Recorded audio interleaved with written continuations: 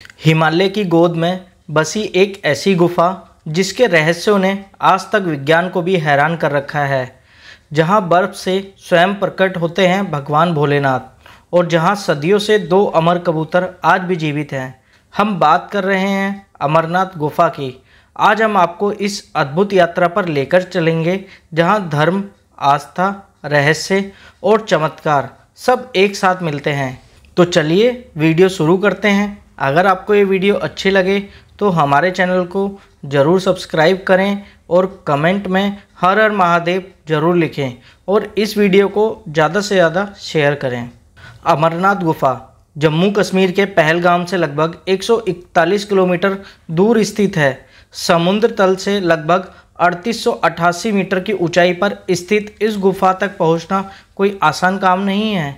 हर साल लाखों श्रद्धालु जोखिम उठाकर यहाँ पहुँचते हैं, क्योंकि यहाँ जो शिवलिंग प्रकट होता है वो किसी पत्थर का नहीं बल्कि बर्फ़ से स्वयं बनने वाला शिवलिंग है। कहानी की शुरुआत होती है पौराणिक कथा के अनुसार। एक बार माता पार्वती ने भोलेनाथ से पूछा, प्रभु आप अमर कैसे हैं? मृत्यु का भय आप पर क्यों नहीं होता? भोलेनाथ पहले तो टालते रहे, लेकिन जब पार्वती बार बार जिद करने लगी तो उन्होंने अमर कथा सुनाने का निश्चय किया। लेकिन इसके लिए उन्होंने चुना हिमालय की एक गुफा अमरनाथ। रहस्य बताने से पहले भोलेनाथ ने अपने सभी साथियों को अलग कर दिया। नंदी बैल से लेकर चंद्रमा तक, यहाँ तक कि गंगा और नाग को भी उन्होंने अपने से दूर कर दिया, क्योंकि वह नहीं चाहते थे कि यह रहस्य कोई जाने। गुफा में प्रवेश करने के बाद भोलेनाथ ने माता पार्वती को अमर कथा का रहस्य बताया और कहते हैं कि उन्हीं दिव्य शब्दों की शक्ति से यहाँ हर वर्ष सावन मास में बर्फ से शिवलिंग स्वयं प्रकट होता है। चमत्कार यह है कि यह शिवलिंग चंद्रमा के घटने बढ़ने के साथ बड़ा और छोटा होता है। कहते हैं कि जब भोलेनाथ अमर कथा का रहस्य सुना रहे थे तो गुफा में दो कबूतर यह बातचीत सुन रहे थे। जब शिवजी ने माता पार्वती को मृत्यु से मुक्ति और अमर कथा का ज्ञान दिया तो यह रहस्य उन कबूतरों ने भी सुन लिया। भगवान शिव ने जब उन्हें देखा तो मुस्कुराए और वरदान दिया, तुम दोनों भी अमर हो जाओगे और सदा मेरी गुफा में रहोगे। यही कारण है कि आज भी भक्तों को अमरनाथ गुफा में दो दिव्य कबूतर दिखाई देते हैं जो सदियों से अमर हैं। यह दृश्य हर भक्त के रोंगटे खड़े कर देता है। हर साल जुलाई और अगस्त के बीच ही अमरनाथ यात्रा शुरू होती है। इस दौरान रास्ता बर्फ से मुक्त होता है। यात्रा के दौरान श्रद्धालु खतरनाक पहाड़ी रास्तों से गुजरते हैं। कई बार आंधी तूफान, बर्फबारी और भूस्खलन जैसी चुनौतियों का भी सामना करना पड़ता है, लेकिन आस्था इतनी प्रबल होती है कि हर कोई इस कठिनाई को पार कर लेता है।